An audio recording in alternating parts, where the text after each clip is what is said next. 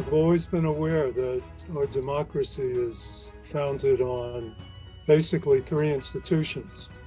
We've had public schools, where literacy was most important, that we would have an educated citizenry, and then public libraries, so that everyone could get a book when a lot of people didn't have the means to get a book. And then, of course, there were public newspapers, which was the medium of exchange and communication. And today, with all the issues we have in society, we still have public schools, public libraries, and newspapers struggling as they are, but where would we be without the media, plural coverage that we've had the past 4 to 8 years? So it seemed a logical thing to do something not only to celebrate the holidays, but to involve libraries. And I'm just going to throw this out for future thought. With Zoom, theoretically, one library could put on an event and Zoom it to the entire state. I mean, how cool would that be? But there are issues, I think, that have to be worked out among the libraries. But certainly the poets who are here tonight were amenable to working as a group to try to advance this entire process. The process of communication and celebration and coming back to the holidays and to literacy. So I've just done my little bit. I'm going to start by introducing a person whom I admire so much, Rennie McQuilkin. And I'm going to be sure I don't use up his time introducing him because there's so much to say about him. But here we go.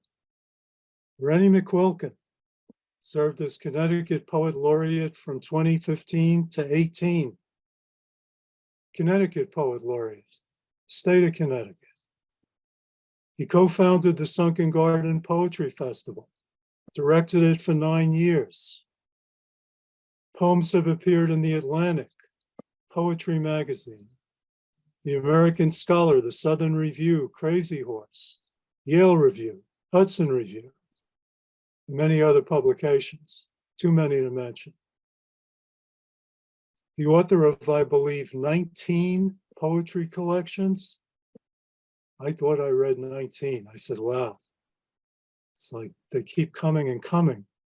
Rennie has received awards, including fellowships from the National Endowment for the Arts, the Connecticut Commission on the Arts, the Connecticut Center for the Book.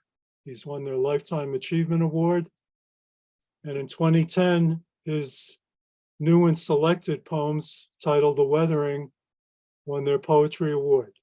Rennie, in his life, not just as a poet, but as an educator, has taught at the Phillips Academy in Andover, Loomis Chaffee School, Miss Porter's School. And Rennie's done one other thing. He started a publishing house, Antrim House, named after his ancestral home in Ireland. And I don't know the exact number of poets and other writers whom Rennie has helped to find print, but they've got a number in the hundreds. I mean, what an extraordinary achievement to help so many other people to find their voices. So in summary, I would say not only is Rennie an extraordinary teacher, poet, and publisher, Rennie's just an extraordinary human being. And we're all honored to have him here tonight, as I am to introduce him. So Rennie, it's your virtual stage. Thank you, my extraordinary host, who has, I think you've done more for Christmas than any poet I know. I love to get your Christmas poems always. I've got 3 poems, and 2 of them are about Christmas Eve. The first one is about a memorable experience on the most rugged part of the Lake Ontario shore, when we had heard there was a snowy owl come down from the tundra, we thought we'll never find it. But miraculously, we did find it. And this is a poem about that mid-afternoon as the sun began to sink on the afternoon of Christmas Eve. We'd be going to the creche to see the creche in church that night. But this was a different creche that we were finding. And the poem is entitled Christmas Eve Afternoon at Braddock Bay.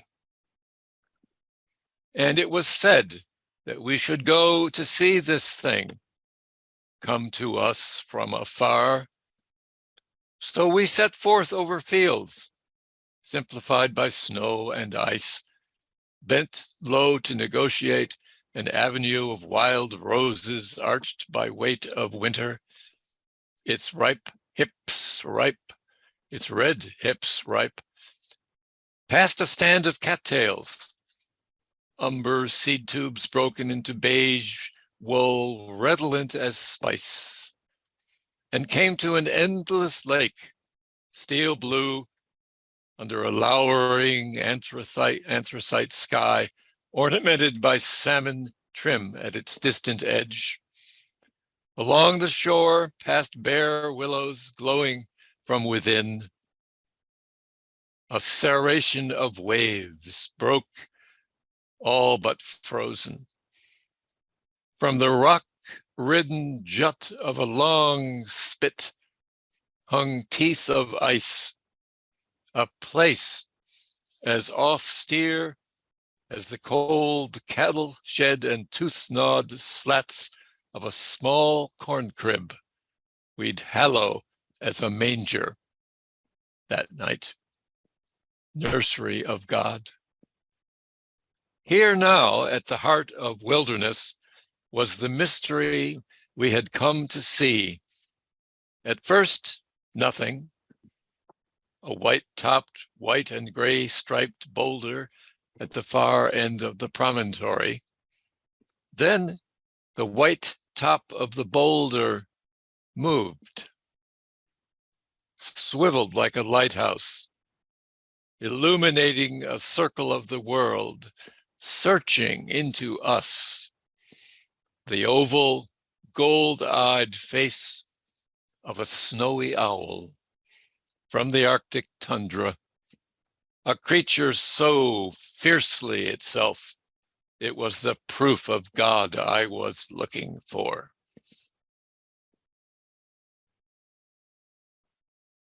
And my daughter took a series of photographs of it. As in each of the photographs, it rose a little higher, and then it flew. And she has the whole thing in a sequence.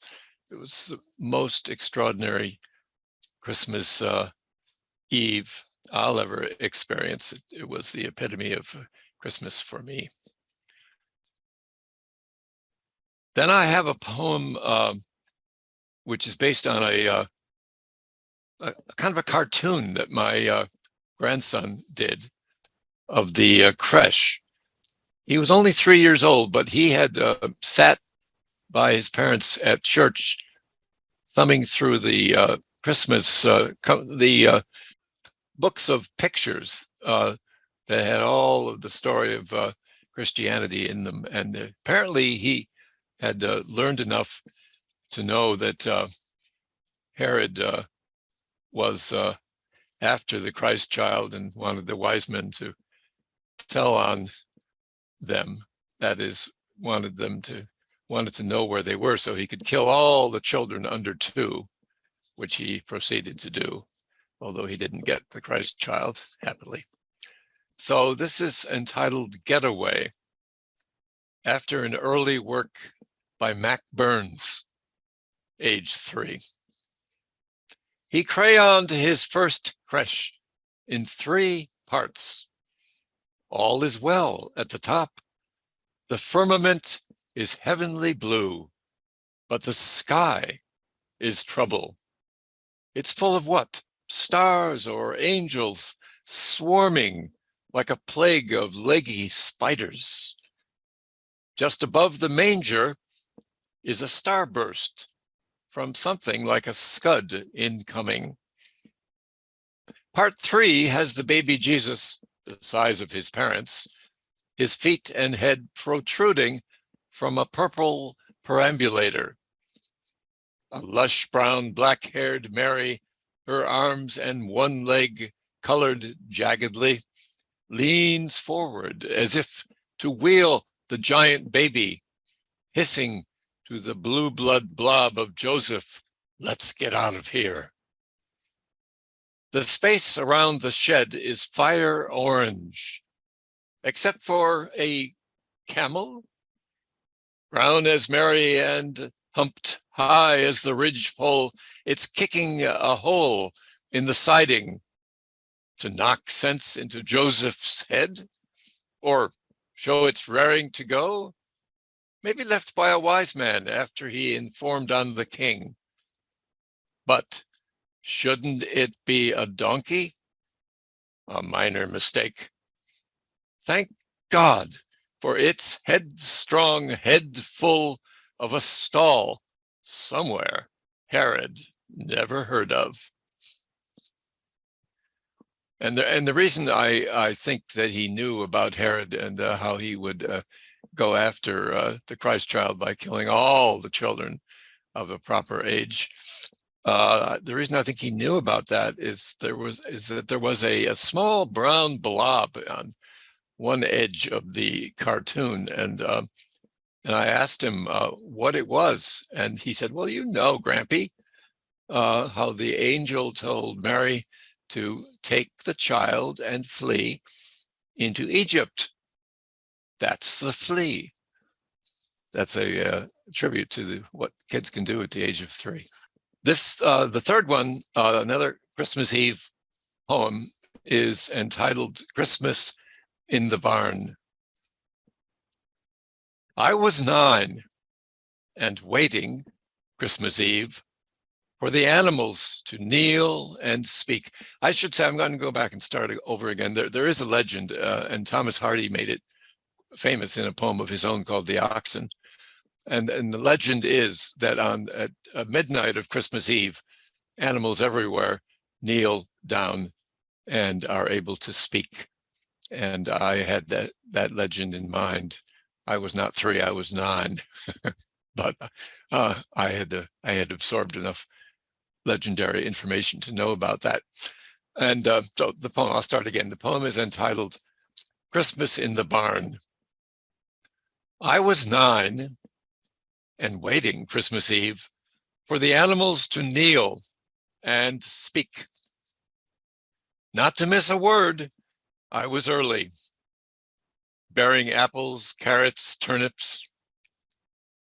I gave my gifts, I scratched the beasts, I nestled in the straw, and just at 12, by the bells from town, the miracle was I spoke pure lamb. I praised the Lord in goat. So there are Christmas miracles after all. Thank you all. Thank you, Rennie. Thank you so much. That was fabulous.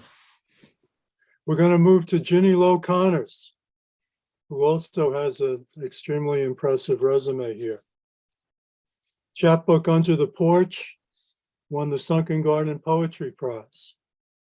Poetry collections, at least 4, maybe more. Kind of lost track of all of Ginny's collections. Edited several anthologies, including Forgotten Women, a Tribute in Poetry, and Laureates of Connecticut, an anthology of contemporary poetry. Work and awards: Atlanta Review's International Poetry Competition Prize, National Federation of State Poetry Society's Founders Prize, Passenger Journal's Annual Poetry Prize. Here's what I think is a great big award. Named Poet of the Year by the New England Association of Teachers of English. Board member of the Connecticut Poetry Society, runs her own small poetry press, Grayson Books, co-editor of the Connecticut River Review, poet laureate emerita from West Hartford, and a founding member of the Connecticut Coalition of Poets Laureate. For several years, wrote a column for the Hartford Current called the Connecticut Poets Corner, and way back when earned an MFA in poetry from Vermont College of Arts, which is a very highly regarded MFA program, even then and still today, and a retired public school teacher, another person who's devoted her life to helping other people. Ginny, your stage. Thank you, Jim, for putting this on and all the work you did to organize it. And thank you to the Oliver Wolcott Library and the other libraries involved. Libraries have been pretty important in my life. I'm going to read 4 poems, 2 by myself and 2 by other poets. They focus a little more on the peace than on the holiday aspect of this reading. So the first poem I'm going to read is by Naomi Shihab Nye, a poet that many of you are familiar with. And there's nothing about holidays in here, but there is something about what would make our world more peaceful. And it's a small poem called Shoulders. A man crosses the street in rain, stepping gently, looking 2 times north and south, because his son is asleep on his shoulder. No car must splash him. No car drive too near to his shadow. This man carries the world's most sensitive cargo, but he's not marked. Nowhere does his jacket say fragile, handle with care. His ear fills up with breathing. He hears the hum of a boy's dream deep inside him. We're not going to be able to live in this world if we're not willing to do what he's doing with one another. The road will only be wide. The rain will never stop falling. The next poem I'm going to read is called A Poem for Peace, a poem I wrote quite some time ago. I have watched herons standing one-legged on the shores of long brown rivers. I have drifted past the reflections of stars on lakes deep with silence. And high in the mountains, I have seen ancient drawings carved into stones by the people who came before us. Everything they knew cannot have vanished. Within me, I carry the sunlight and the stars, the image of a red fox trotting past long grasses on the side of the road, just as the moon is setting. I know the eyes of a lover, the cries of a newborn, the outstretched hands of a child. And I am that lover, that newborn, that child wanting everything. Let us listen to the music of stars as mountains do. Let us go together to the edge of a lake as the clouds turn violet and gold. Let us watch the moose turn graceful in water. The next poem I'm going to read is another one of mine. It's called After Snowfall. Unique. They say each snowflake is unique, each of the thousands, the millions, each with its own pattern of crystalline rays, tree-like branches, rhymed needles. How can one know the truth of this?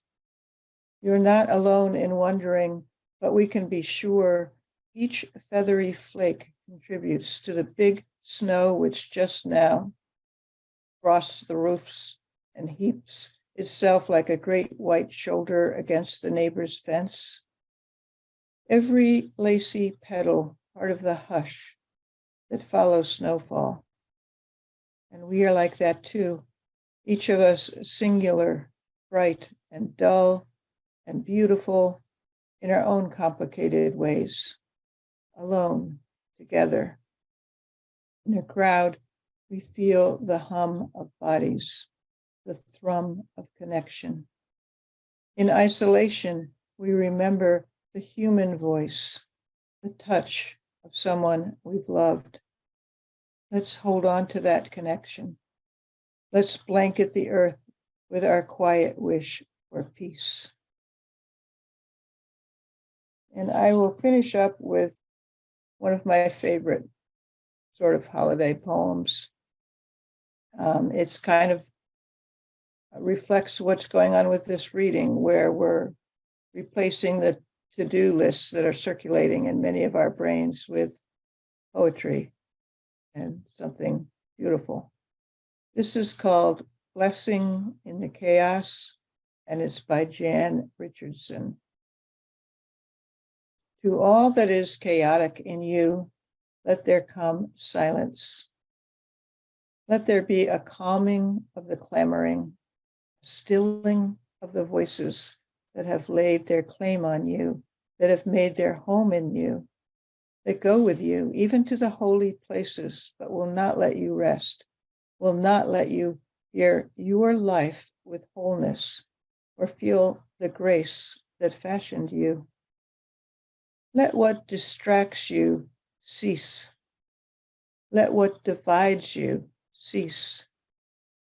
Let there come an end to what diminishes and demeans, and let depart all that keeps you in its cage. Let there be an opening into the quiet that lies beneath the chaos, where you find the peace you did not think possible and see what shimmers within the storm. That's it. Thanks. Thank you, Jenny. Thank you very much. Our third reader is Joan Hoffman, Professor Emerita at the University of St. Joseph. Serves on the board of Riverwood Poetry and was the inaugural poet laureate of Canton. Author of 3 chapbooks, Coming Back, Alive, and Alive 2. That's T-O-O. Her poems are published or forthcoming in various anthologies and journals, including Forgotten Women, Waking Up to the Earth, Coming Out of COVID, Essential Voices, the COVID-19 Anthology, Examine Life Journal, Concho River Review, Tiger Moth Review, Wild Word, Connecticut River Review, Buddhist Poetry Review, Vita Brevis, Short Life, that's the Latin, Bird's Thumb, The Wayfarer, Dilly Dune Review, Rumblefish Quarterly, Canary, Entropy, Juniper, Slant, and Plain Songs. I think I read them all right, Joan. Your stage. Thank you for the introduction. I did give you a long list of possible, of potential and possible and publications, but I was short on some of the other ideas, but it's fine with me. I'm just happy to have been the Poet Laureate in Canton. I'm talking to you tonight and reading to you tonight from my 1840 red clapboard home in the historic district in the village of Collinsville here on the Farmington River in Canton. I am a baby boomer. I am a child of the 60s. I am a peace activist and advocate long-term. So my contribution tonight are 2 poems, not by myself this evening. I'll save that for another time. But I reached back and thought, well, the folks in the Swedish Academy just a few years ago awarded the prize in literature to Bob Dylan for his contribution about new poetic expressions, right, within the American song tradition, but poetic tradition. And combining that with our theme this evening, not only of the holiday of Christmas and other holidays, and also peace. I'm focusing as Ginny did on peace. And I'm choosing a Bob Dylan contribution with God on our side. I will read you 2 poems, and this is the first. My name, it means nothing. My age, it means less. And the country I come from is called the Midwest. Was brought up there and taught there the law to abide. And that land that I live in has God on its side. Oh, the history books tell it. They tell it so well. The cavalry's charged and the Indians fell. The cavalry's charged and the Indians died. Oh, the country was young with God on its side. Oh, the Spanish-American War had its day, and the Civil War too was soon laid away. And the names of the heroes I was taught to memorize with their guns in their hands and God on their side. Well, World War I, it came and it went. The reason for fighting I never did get, but I learned to accept it and accept it with pride. For you don't count the dead when God's on your side. And the Second World War, boys, it came to an end. We forgave the Germans and called them our friends. Though they killed 6 million, in the ovens they fried. The Germans now too have God on their side. Oh, I've learned to hate Russians all through my whole life. If another war starts, it's them we must fight. To hate them and fear them, to run and to hide and accept it all bravely, with God on my side. And now we got weapons of the chemical dust. If fire them we're forced to, then fire them we must. One push of the button, we've shut the world wide. And you never ask questions with God on your side. For many long years, I've thought about this, that Jesus Christ was betrayed by a kiss. Now, I can't do it for you. You've got to decide whether Judas Iscariot had God on his side. And now as I'm leaving, I'm weary as hell. The confusion I'm feeling, no tongue can tell. The words fill my head and they fall to the floor. If God is on our side, he'll stop the next war. There are many different ways to think about peace and many places to find it. One of the things about living on the Farmington River, in this lovely section that I live in particular, is that I can find peace here. I'm fortunate, I'm privileged, and grateful, all of that. So I share with you in the piece of the wild world, the piece of wild things by Wendell Berry. When despair for the world grows in me, and I wake in the night at the least sound, in fear of what my life and my children's lives may be, I go and lie down where the wood drake rests in his beauty on the water, and the great heron feeds. I come into the peace of wild things who do not tax their lives with forethought of grief. I come into the presence of still water, and I feel above me the day-blind stars waiting with their light. For a time, I rest in the grace of the world and am free. Thank you for the opportunity to read tonight with our thoughts, the people in Ukraine. I wish you peace, kindness, and a wonderful new year. Thank you again. Joan, that was wonderful. Love those two poems. Thank you very much. We almost need not a pause for that, but a moment of silence. That was so beautiful.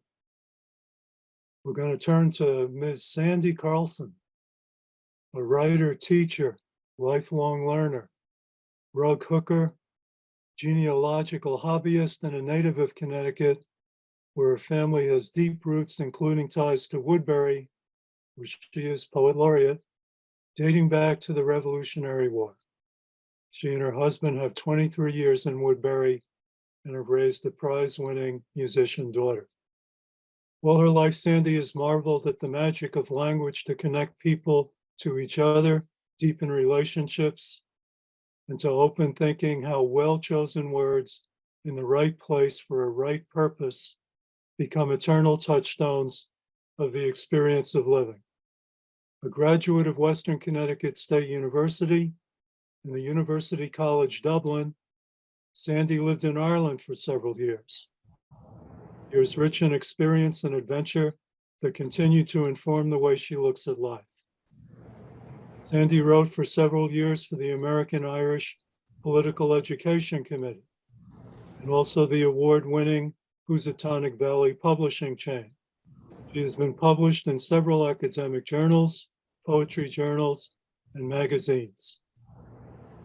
In addition, she's written 4 books of poetry dedicated to the love, humor, tragedy, and history of family, all of which are available on Amazon. Sandy enjoys good cups of coffee, lavender chai tea lattes, trips to the beach, walks in the woods, gardening, spending time with her dogs, and sitting on the back deck or front porch with a good book, magazine, or writing journal. She has a website and blogs, which you can find at sandycarlson.net. Ms. Sandy Carlson. Thanks, Jim. It's an honor to be here and to be with such well-established Connecticut writers. So thank you, and appreciate the honor. I'm not a boomer, but a child of boomers, and I inherited from them an appreciation of hard work and hard-earned comforts, and the idea that you don't throw things away if they might have another purpose.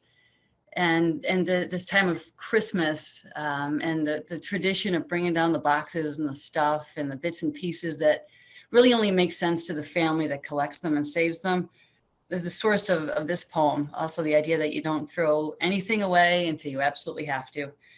It's called A Christmas Story. Sole survivor of attic summers under the crushing weight of kept yet cast off and not so cared for treasures.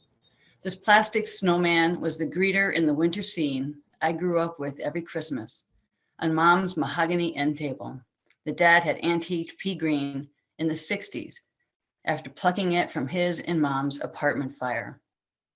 A smiling totem in the cotton batting snow. He stood as tall as the Tudor-esque churches and houses erected from die-cut cardboard, past which 2 of 3 magi made their way to the tiny triangular manger.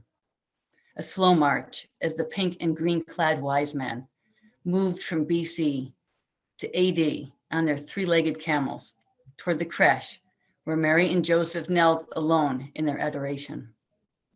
The plastic Jesus disappeared long ago, though we replaced him with imagination enough to believe and know there is more to the story than Santa Claus. The promise of salvation emerges from the detritus that makes a story that makes sense if you put the pieces down and see it whole. Where we are, where we have been, and how we keep it. Thank you. Thank you, Sandy. Appreciate that. We'll go to my friend Rob Piazza, who earned his MFA in creative writing at Fairfield University. He is the poet laureate of Litchfield. Rob teaches literature and composition at colleges and universities throughout New England. His poems have recently appeared in October Hill Magazine, Neologism Poetry Journal, Art of Flesh Literary Journal, Young Ravens Literary Review, Welter, and Months to Years Literary Journal. Your stage, Rob. Thank you, Jim. Really appreciate the introduction. And thank you, Sandy, for helping with all of the technical support. I wanted to read two poems tonight, both of which were published around this time last year. The first one is very short, and they're both poems are holiday themed or Christmas themed. To me, when I write, the form of the poem is important. You know, how it looks on the page is part of the art for me, as well as the sound of the words. So the first poem is actually 3 couplets, if you can imagine 3 2-line stanzas. This poem is called Epiphany 47. Epiphany is actually, I guess Christmas is actually a 12-day holiday. So Epiphany will be the end of Christmas. The Shakespeare play Twelfth Night is referencing those 12 days. And there's that famous Christmas carol, of course, the 12 days of Christmas. So the Feast of the Epiphany is usually like January 6th. So this poem is titled Epiphany 47. When I'm pacing Garrison Lane, reciting litanies of petty pains, the Holy Spirit suddenly appears in the trinity of startled deer, a mother and 2 fawns dashing across my neighbor's lawn. And this second poem is the main one that I wanted to read. That was kind of a prelude or warm-up poem. And here's the main event. This poem was published last year by a really neat little magazine down in Mobile, Alabama. But the poem is set right here in Connecticut. The title of the poem is Transfer Station. And I'm sure many of you that live in the area know that's sort of our fancy word for the town dump, which is the recycling center. In a lot of the more rural towns in Connecticut, you take your own trash. So anyway, that's where the title is coming out of, but it has it refers to a few other things in the poem too. This poem is set specifically in Bethlehem, Connecticut, which is pretty close to Litchfield, where I live right now. So the title of the poem, Transfer Station, Bethlehem, Connecticut. I'm about to leave for Christmas break after many months of thankless work and weeks of dreary December rain. The sky has been as colorless as ash, when suddenly the dump is suffused with light, delicious, delectable rays of amber sun. Manny, the garbage man, shovels trash into dumpsters with all the graceful might of Baryshnikov dancing the Nutcracker Suite. And Jose, in recycling, crushes cans into barrels mixed with shards of glass. Their breath evaporates in chilly air. Is this a part of God's majestic plan? Perhaps the world's ministers will dare to fight the filth that festers everywhere. The radio delivers carols to my car, untangling my knot of nagging fears. God rest ye merry gentlemen. Perhaps the miraculous birth can happen here, amidst scraps of metal and broken chairs. Maybe, can you believe it? Angels will appear. Thank you very much. And I'm really grateful everybody's here tonight. And happy holidays to everybody. Yes, thank you, Rob. The angels are all here. That was great.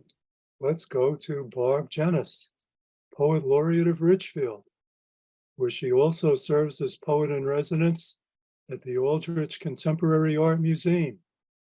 There she is. Her poems have appeared widely in literary journals and anthologies, and her collection, Blinded Birds, from Finishing Line Press, received the 2022 International Book Award for a poetry chapbook.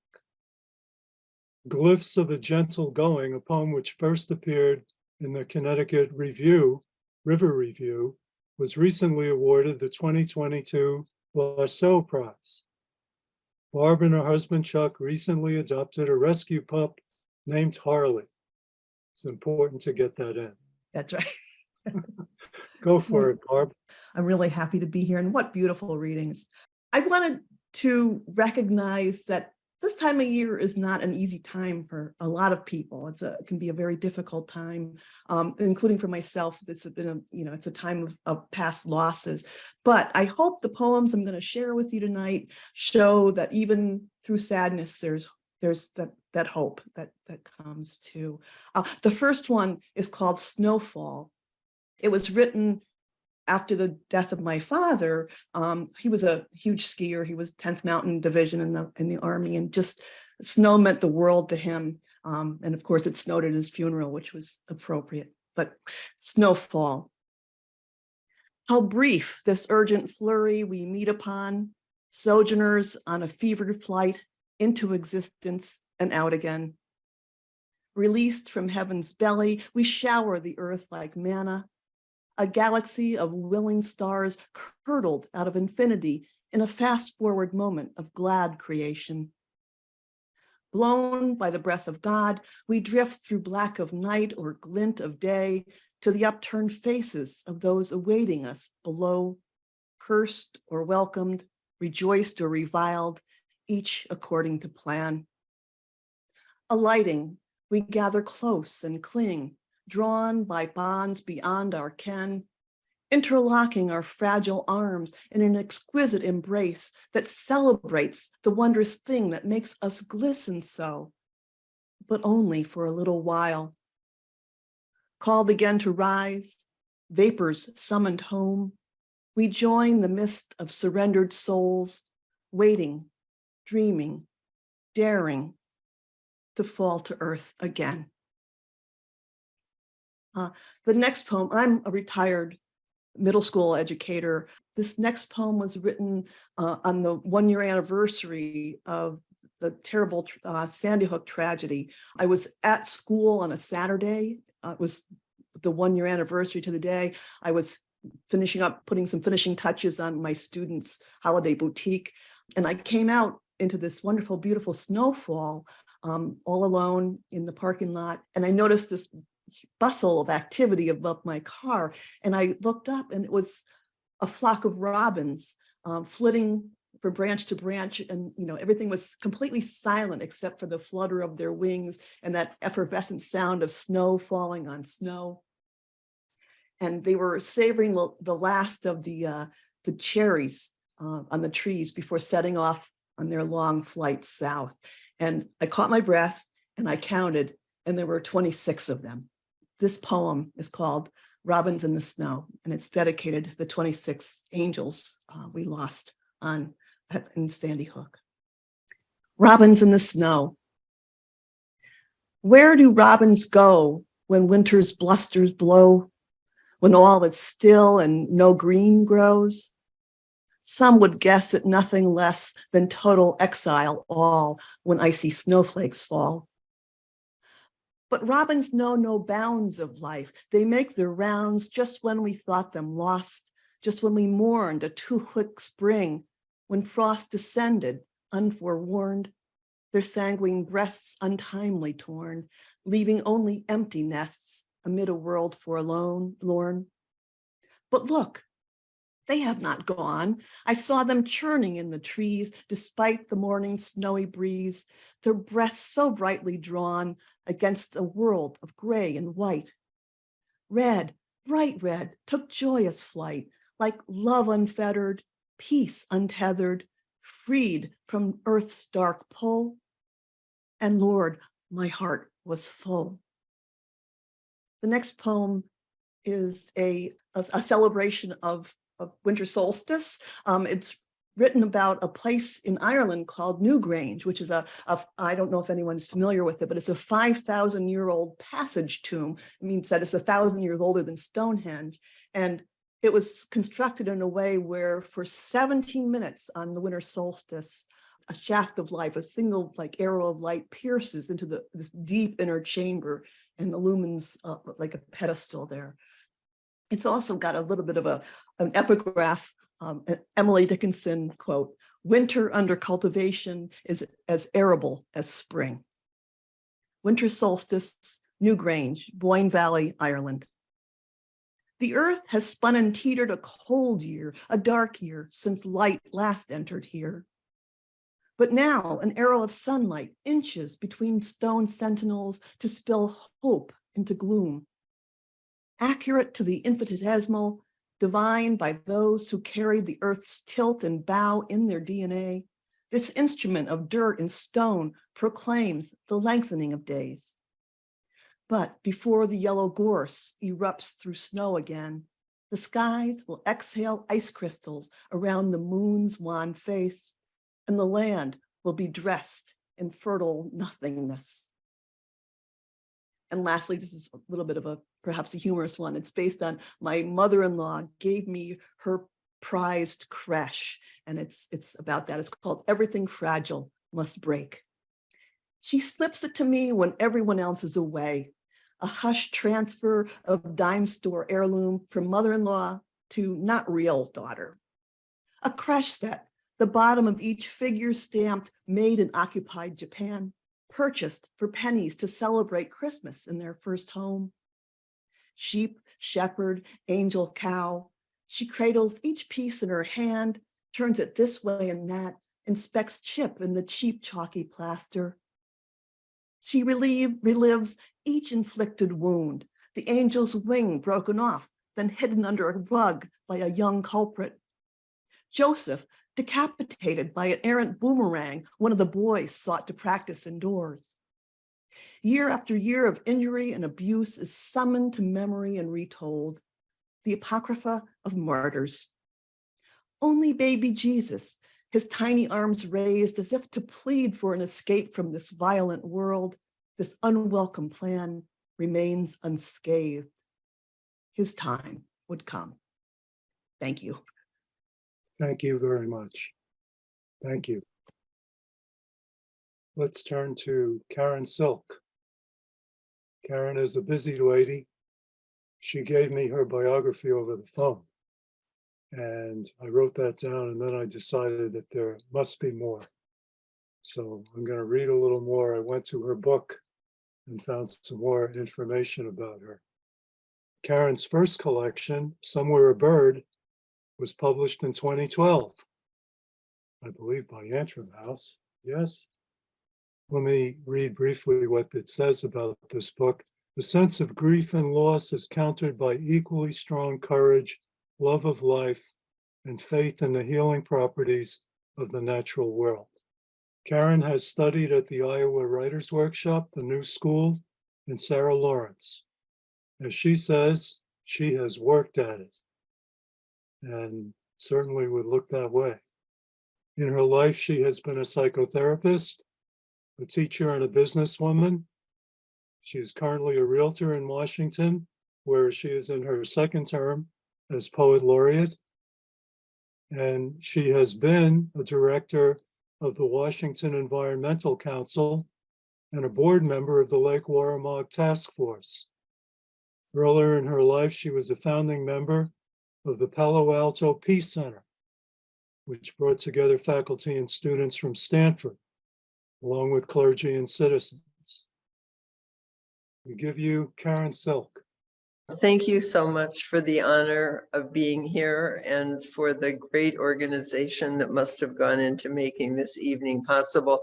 This was a very tough time. The day that that I went to collect my book was the day of Sandy Hook, and I was driving home, listening to the radio. So right now, the pain that we are experiencing personally over that tragedy, I mean, we all probably knew somebody, I knew somebody.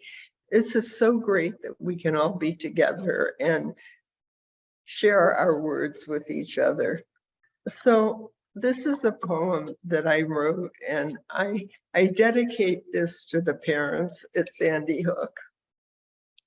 You know how it is when your child is born and suddenly the river widens, the hills shine, sparrows sing sweeter, and the day is forever etched. Life before and after. How to measure the pleasure?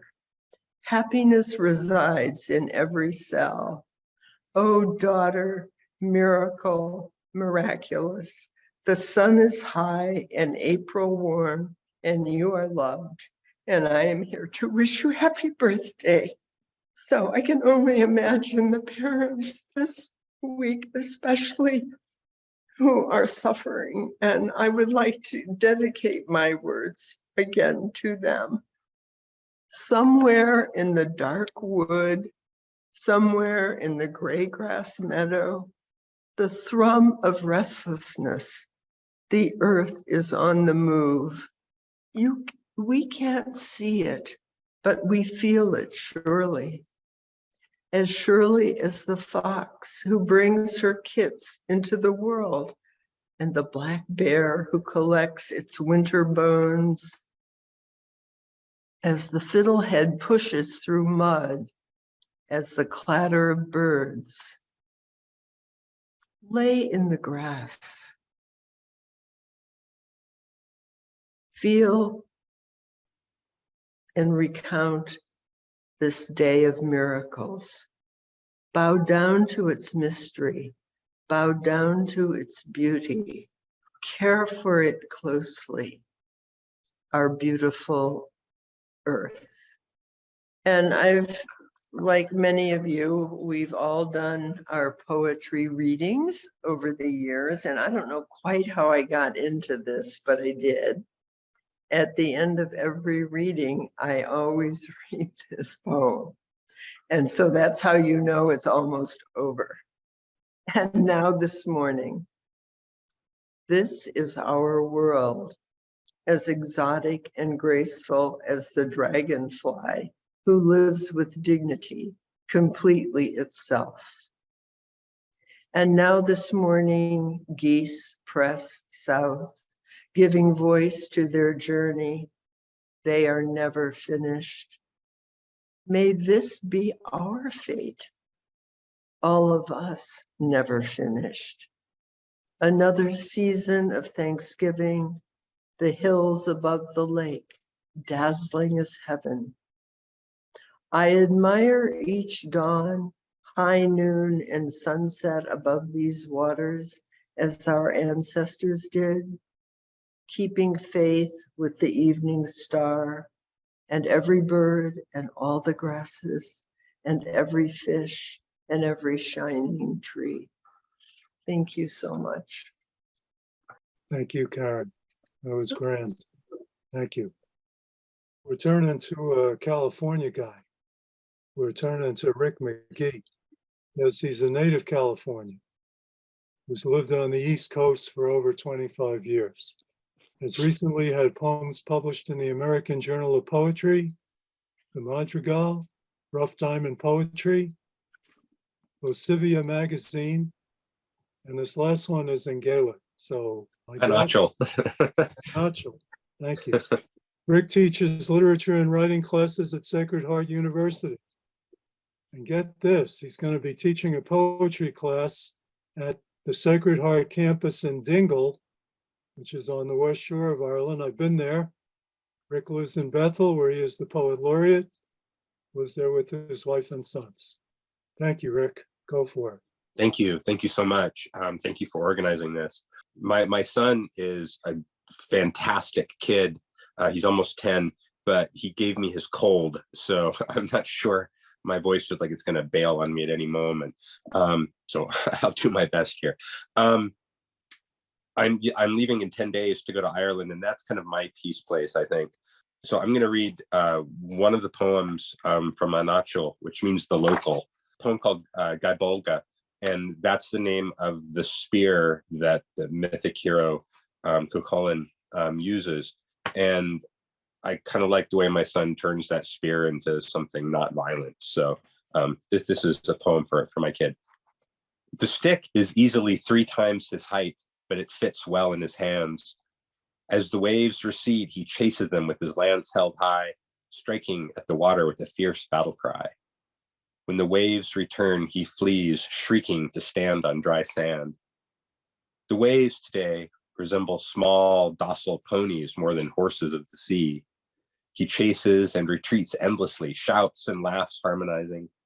Water sprays from the stick as he swings it, and the droplets hang in the air prismatically. Finally, the small hero tires, his pants saltwater soaked. He wants to take the stick with us. It is a great stick, he insists, that makes a great thwack on the waves. I agree that it is the grand stick of the world, but it will not fit in our car. And sure, the airline will balk if we try to carry it aboard. I think too, excuse me, I think too of the drifts of sand already collected on the floor mats that someone at the car rental office in Dublin will have to clean. We decide the stick must go back to the sea, so we toss it high and leap when it splashes down. The last we see of it, it is drifting towards Skellig.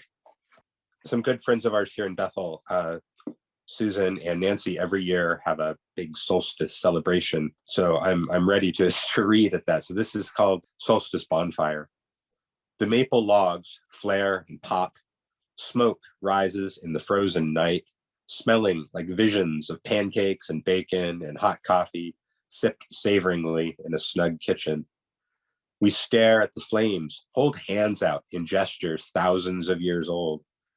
On this night of longest darkness, the logs recall their youth, feasting on sunlight, building wooden towers, leafy roofs reaching cloudwards. Now returning the heat and light to the universe in supplication, asking for the return of longer days. We stand feasting on the sunlight of friendship, knowing it will be our turn soon to shine for another's darkness, a debt willingly taken and willingly paid. Thank you.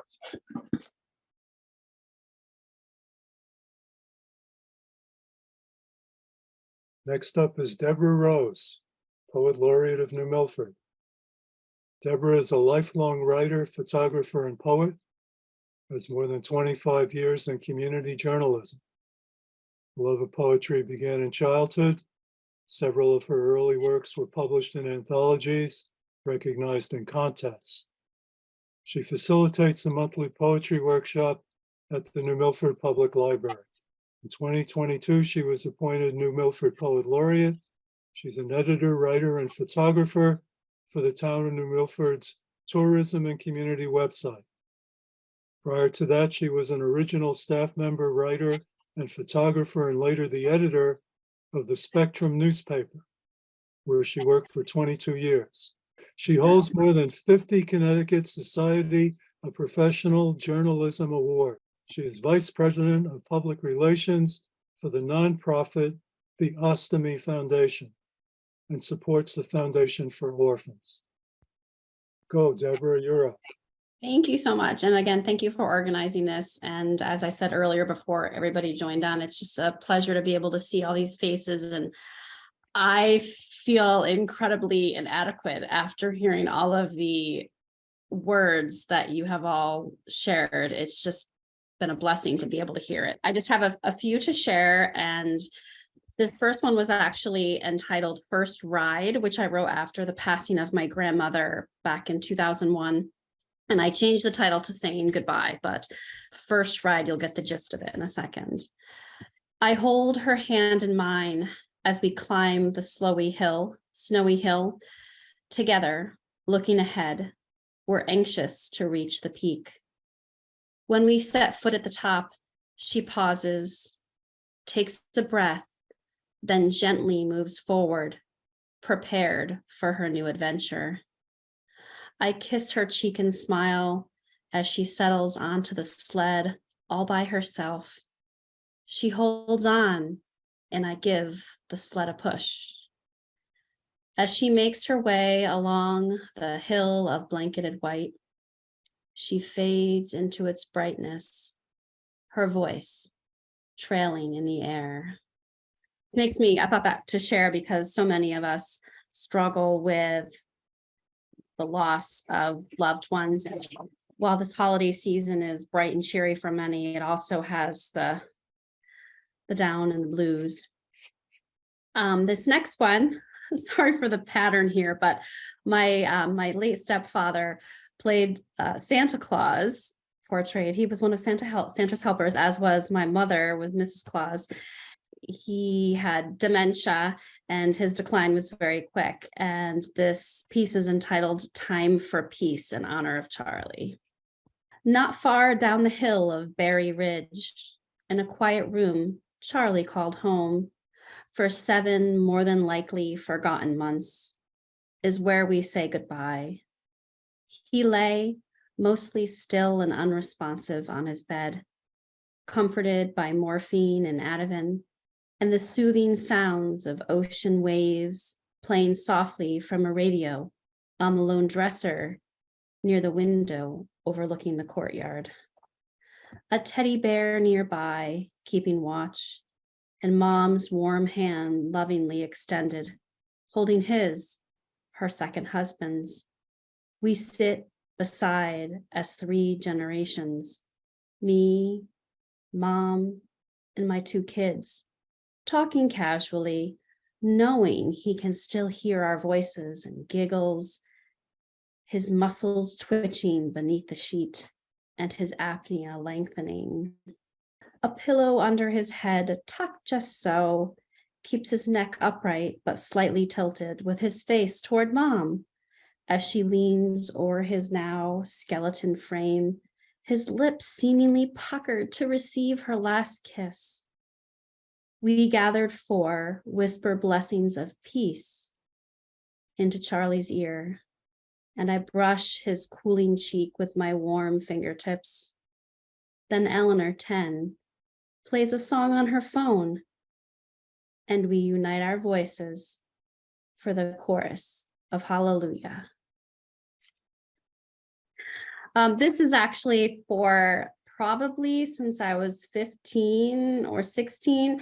I've written a poem for my Christmas card every year, handmade the card, crafted, and you guys are getting a sneak peek because this is this year's poem. So this is my gift to all of you, and thanks for celebrating the literary arts. This is entitled Becoming. Unwashed locks fall onto her shoulders. Pressing pains assume her swollen belly. Beholden, she looks out and up, melts into the blue-black embrace of night. Shimmering echoes of light from another time caress her soft, glowing face. They scatter on the desert sand like glitter. She winces, her eyes press close tight. She sees phosphenes of jewels twinkle. Whispers of what's to come stir. Her dark eyes flash open in exclamation. Life becoming. Thank you. Thank you, Deborah. Thank you very much. And ho, ho, ho, I heard Jack Sheedy was going to read. And I was wondering, has he been a good boy this year? Never. You say you want me to read his biography? I could do that. I could do that for Jack. He's been good most of the time. Jack Sheedy's chapbook, The Wanting Place, was published in 2021. His poetry has also appeared in several anthologies, including Beatitude, or is that Beatitude, the National Beat Poetry Festival 10-year anthology. Poets to Come, a poetry anthology celebrating Walt Whitman's bicentennial, and the Mad River Anthology 2018 and 19. He's the author of Guardrail Nikes, a winner in the Warner Theater's Connecticut One-Act Play Festival in Torrington. His play Moratorium was produced as a virtual reading by Pittsburgh New Works Festival in 2021. We have a Shakespeare here. His memoir, Sting of the Heat Bug, was published by Signalman Publishing in 2012. In 2020, he published Magical Acts in 2 Suitcases, a collection of essays. And as a journalist, he has won awards from the Society of Professional Journalists, Connecticut chapter, and the New England Newspaper and Press Association. He's a former news editor for the Catholic Transcript, the magazine of the Archdiocese of Hartford, and as a features correspondent for the Torrington Register-Citizen. Jack is a member of the Oliver Wolcott Library Poets, the Connecticut Poetry Society, and the Authors Guild, and he represents Harwinton tonight. Go ahead, Jack. Thank you, Jim, and thank you for organizing this. thank Oliver Wolcott Library for hosting this. It's a privilege to be here. I'm going to read just one poem tonight because I don't have any Christmas poems. I wrote this one specifically for tonight. And I need to explain a little bit of a little backstory about this. My father in 1959, my father answered a classified ad to drive a brand new Thunderbird from Gengis Motors in Hartford to a dealership in Studio City, California, just outside of Hollywood. It was just they wanted to deliver a car to some buyer in California, obviously. So they needed a way to get it there. So, but it was like 2 weeks before Christmas. And we were all wondering, the whole family was wondering, why is Dad doing this now? Well, obviously it was a freaking Thunderbird for one thing, so why not? Also, he had a sister, my Aunt Julia, who lived like 6 miles away from the dealership he had to deliver it to. She lived in Hollywood, and he was in need of a vacation. His business partner had taken a vacation and he had not taken one yet. So he said, screw it, I'm just going to go. He gave no thought to, or very little thought, it seems, to whether he would be home in time for Christmas. And that was, that was on the back of my mind in 1959 when I was 13 years old. I wondered about why he did that. And I wondered so much and for so long that I decided I'm going to do the same thing. I'm going to get in the car and I'm going to drive to California the same way he did, go through the same cities and towns. If possible, stay at the same motels, although that was not possible. Stopped at 3 or 4 of them, but they were either out of business or I couldn't get in for some reason. But I did the best I could. And there will be a memoir. It is written, and I've had the privilege of being rejected by 75 agents so far, and half a dozen independent publishing houses. I named this poem after today's date because I knew I would be reading it on tonight. So I wrote it for tonight, and I named it December 15th, 1959. Today, you cross the Chattahoochee River, and 10 days later, Christmas will arrive. But now you are 1,000 miles from home, while I sit here and sigh for black-haired Kathy, my 8th grade heartthrob at St. Mary's School. Hoping for her name in the secret Santa and wondering if Christmas will be sad, my father gone and leaving me to pine for a pretty girl I know I'll never win, a girl who sits just 14 feet away, but farther from me than the 14th Street Bridge in Alabama where you turn your Timex back, entering a new time zone in Phoenix City.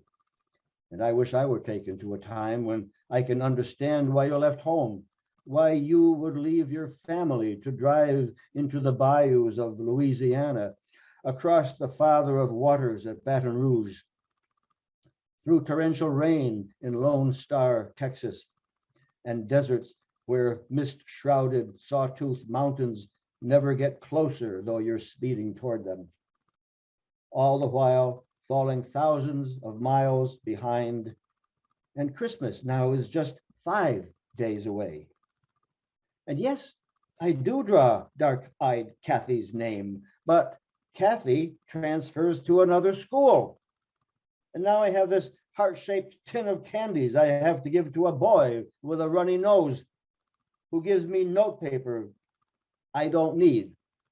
And now you're not here to touch me on the shoulder and tell me there are many other girls and many months and years for me to meet them, as if your saying so would comfort me, as if indeed that even is the point, because you're driving that cream Thunderbird to a high-end dealership in East LA, then hopping on a plane to fly back home, dragging those Samsonites into our kitchen at midnight, shouting, "Here I am, I'm home."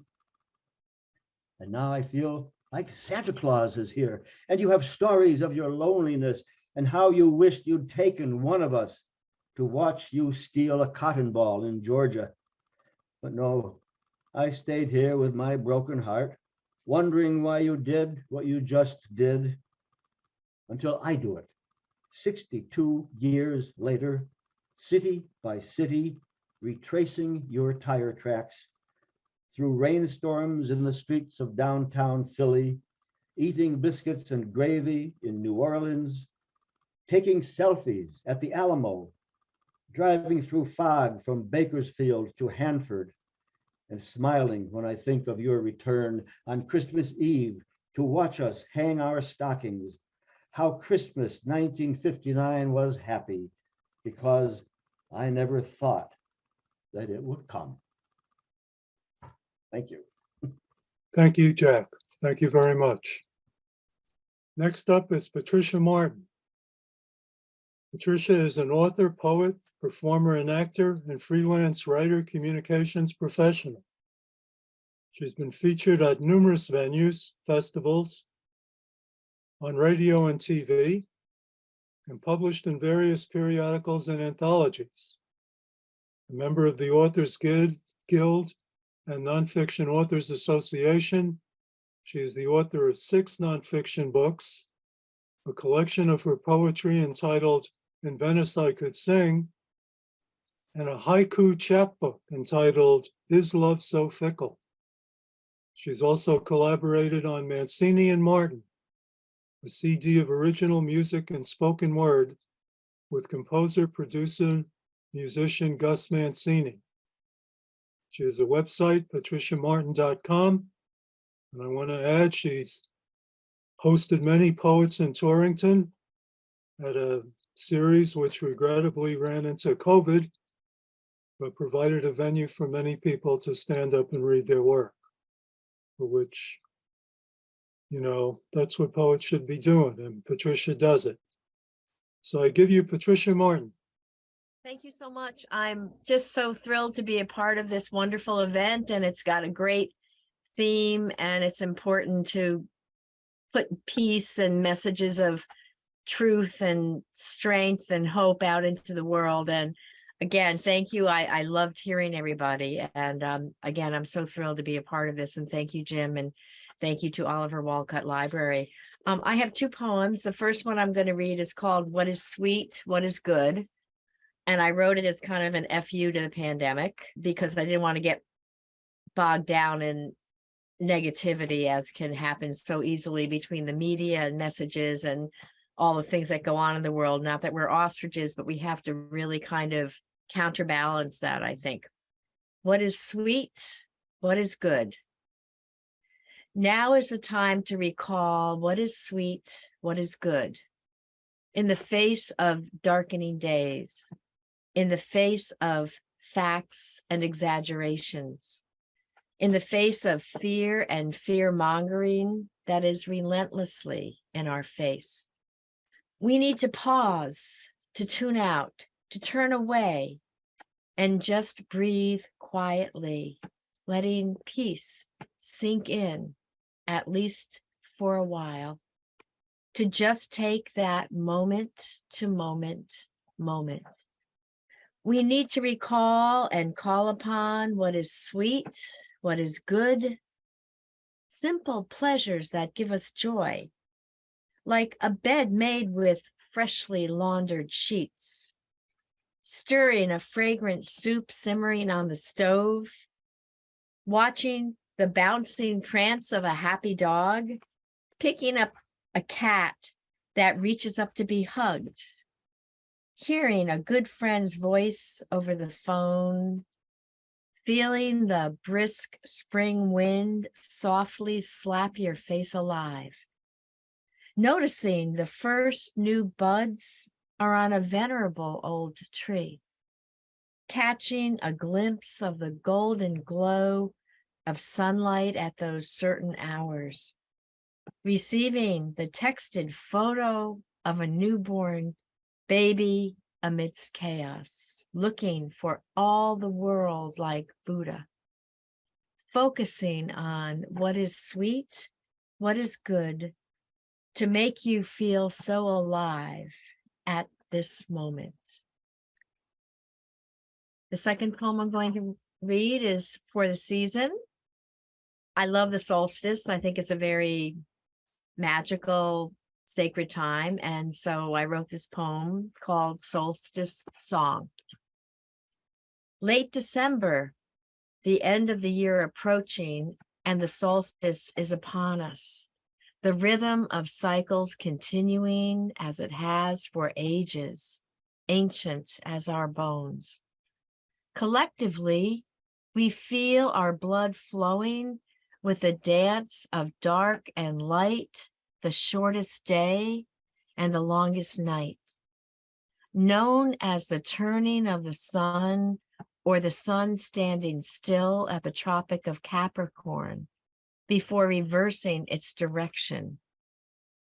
How can we not feel its pull?